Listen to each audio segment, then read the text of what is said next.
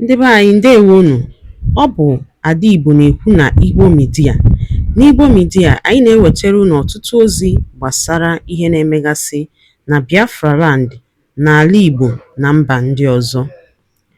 N'ụbọchị nke taata, o nwere ihe bịara n'iru akwụkwọ anyị nke anyị ga-agụpụtara unu n'ụbọchị taa. Anyị gụpụtachaa ya, unu egee ya ka ọha n'uju.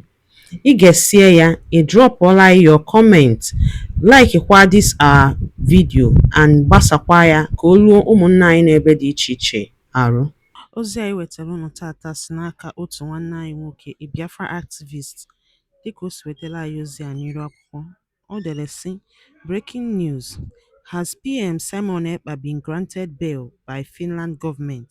Here is a new shocking twist bail condition. Ya bụ ozi ka anyị ji bịa tata na Igbo Media. Ị ga-esi ya bụ ozi, gbaa mbọ gwa anyị ichere ma mekwa ka ozi alụtụ ụmụnna anyị n'ebe dị iche iche aka. Gwagere ya ka ọha n'uju. The world by agreeing to a controversial deal with the Finnish government, a deal so unusual that even Finland's Deputy Prosecutor General called it extraordinary and the first of its kind. After 9 long months of detention, investigations and court battles, Simon Ekpa is standing at a crossroads that could redefine not only his future, but also the destiny of millions of Igbo Biafrans scattered across the world. 7 conditions stand before him, conditions that could either silence his voice forever or elevate the Biafra struggle to an entirely new stage on the global map.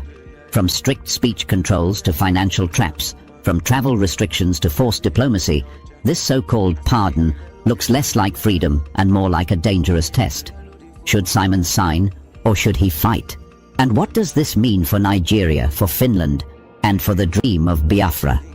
Stay with me, because what happens next might shake Africa, Europe, and international politics in ways no one expected. This news update discusses surprising new developments in Finland regarding Simon Ekpa. Ekpa Simon, as earlier reported, was negotiating a possible pardon in Finland. Simon Ekpa was arrested on the 21st of November 2024 by Finnish police. He was taken to the National Bureau of Investigation, NBI, Finland's version of the American FBI or Nigerian EFCC. The National Bureau of Investigation, NBI, detained and investigated him for 3 months and 12 days. The investigation ended on 6th of March 2025. The NBI handed the case to Finland's judicial system and the Deputy Prosecutor General. Deputy Prosecutor General Jukka Rappe described Simon Ekpa's case as extraordinary and the first of its kind. This shows Finnish authorities face difficulties handling his unusual case. On the 14th of August 2025, a USB government official hinted at big news with Simon Ekpa's picture attached. That tweet suggested a hidden breakthrough was coming. Now reports claim Finland struck a possible deal with Simon Ekpa. Simon Ekpa has surprisingly agreed to the terms attached to the pardon deal. His current lawyer, Cal Gomez, appointed in April 2025, negotiated the deal. His former lawyer, Ekpa, retired before Gomez took over.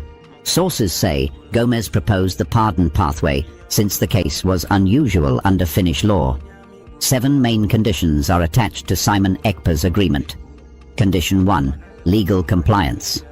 Simon Ekpa must strictly obey Finnish rules on speech and incitement. Condition 2. Public communication guidelines. He can broadcast, but cannot discuss Nigerian politics or insecurity. His online activities will be closely monitored. Condition 3. Financial arrangements. Partial unfreezing of accounts for personal and legal use. Full access to accounts will only be restored if he complies with the deal. Condition 4. Travel restrictions. Free movement inside Finland, but no international travel without clearance. He must regularly report to police stations for monitoring. Condition 5. Diplomatic cooperation. Simon Ekpa must avoid actions that could damage Finland and Nigeria relations. Condition 6. Conditional amnesty. If compliant for 12 to 18 months, prosecutors may reduce or drop charges. Condition 7. Community responsibility. He must discourage violence and present himself as a peace advocate. Some conditions, especially 6 and 7, seem tricky and could be legal traps. The question right now is, should Simon Ekpa sign the deal or reject it and fight fully in court? The story of Simon Nyoku Ekpa, the man many people call the Prime Minister of Biafra in exile, has taken another unexpected turn. This time, the news comes not from Nigeria, but from the quiet, cold capital of Finland, where Simon Ekpa has been living for years. For months, his name has been dragged across courtrooms, newspapers, and international headlines, and his every action has been watched both by his followers and his enemies. Now, after nearly 9 months of heavy legal battles and long negotiations, Simon Ekpa has reached what many describe as a surprising but very important agreement with the government of Finland. To some, this agreement looks like a simple legal pardon deal. But for the millions of Biafra supporters scattered across the world, this is not just a legal story. It is a sign of hope, a sign that the voice of the oppressed Igbo people is still alive and cannot be silenced. To understand why this deal is shaking the hearts of millions, we need to go back and see what led to this point. We need to ask ourselves, what problems created this moment? What forced Simon Ekpa into courtrooms in the first place? Why did Finland, a peaceful and democratic country far away from Nigeria, suddenly find itself at the center of the Biafra struggle? And most importantly, what does this agreement mean for Biafra, for the global fight for justice, and for the legacy of men like Simon Ekpa and Nnamdi Kanu, who have stood tall against Nigeria's oppression? The problem started many years before Simon Ekpa was even arrested. The roots of this issue lie in the deep historical wounds of Nigeria's creation and the unending marginalization of the Igbo people. In 1914, when the British colonial masters forced together different ethnic groups into one artificial state called Nigeria, they planted a time bomb. Different peoples with different religions, cultures, and political aspirations were tied together by colonial greed. And when independence came in 1960, those divisions did not disappear.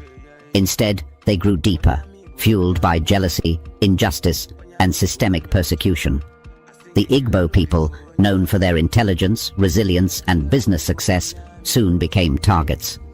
The Hausa Fulani oligarchy in the north, working hand in hand with the Yoruba political class in the west, feared the rising power of the east. This fear turned into hatred, and hatred soon turned into blood. In 1966, after a coup that was blamed on Igbo officers, tens of thousands of innocent Igbo men, women and children were slaughtered in the north. Pregnant women were killed, babies smashed against walls, and whole families wiped out simply for being Igbo. The Nigerian government stood by and allowed it to happen. When the East, under the leadership of Colonel Chukwuemeka Odumegwu Ojukwu, declared the Independent Republic of Biafra in 1967, Nigeria responded with war. For 30 months, from 1967 to 1970, Biafra fought for survival. It was not only a war of guns, but a war of hunger. Nigeria, backed by Britain and other world powers, blockaded Biafra and used starvation as a weapon of war. More than 3 million Biafrans, mostly children, died from hunger and disease. The images of starving children with swollen stomachs and thin arms shocked the world, but no power came to save them. In January 1970, Biafra surrendered, and Nigeria declared, "No victor, no vanquished." But the truth is, there was a victor, and the Igbo people have remained the vanquished ever since. The war may have ended, but the persecution continued. Igbo men were dismissed from the army, their properties declared abandoned, their jobs taken, and their political influence reduced to nothing. Every attempt to rise again was crushed with brutality. The Nigerian government ensured that Igbo land was neglected in terms of development, infrastructure, and political representation. Every election, every appointment, every policy seemed designed to remind the Igbo that they were second-class citizens in their own country. Fast forward to the 21st century, and the story has not changed. Young men like Nnamdi Kanu rose up to challenge this injustice. Nnamdi Kanu, through his Radio Biafra platform, awakened a new generation of Biafrans who had grown tired of being silenced. His call for referendum, self-determination and justice resonated deeply with millions. But Nigeria did not respond with dialogue. They responded with violence. Nnamdi Kanu was arrested, detained, tortured, and eventually kidnapped from Kenya in 2021 in a brazen act of international lawlessness. He remains in the custody of the Department of State Services, DSS, Nigeria's secret police under inhuman conditions. It was in this climate that Simon Ekpa stepped forward. Living in Finland, he became the loudest voice of Biafra in the diaspora. Through his broadcasts, he challenged the Nigerian state, exposed the killings, and demanded freedom for his people. His words gave courage to many, but also angered those in power. Nigeria accused him of inciting violence, of supporting armed groups, of destabilizing the state. Pressure mounted on Finland to act. In November 2024, Finnish police arrested him, and he was held in detention for more than 3 months while the National Bureau of Investigation, NBI, tried to build a case against him. His arrest shocked Biafrans. To them, Simon Ekpa was not a criminal, but a freedom fighter. His detention looked like part of a larger conspiracy between Nigeria and Western governments to silence the Biafra struggle once and for all. But Simon Ekpa refused to bow. Even in detention, his name became louder, his followers more determined.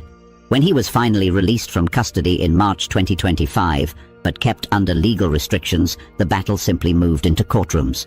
The Finnish Deputy Prosecutor General, Ebuka, admitted that Simon Ekpa's case was extraordinary and unlike anything they had seen before. This alone showed that Finland was caught in a difficult position.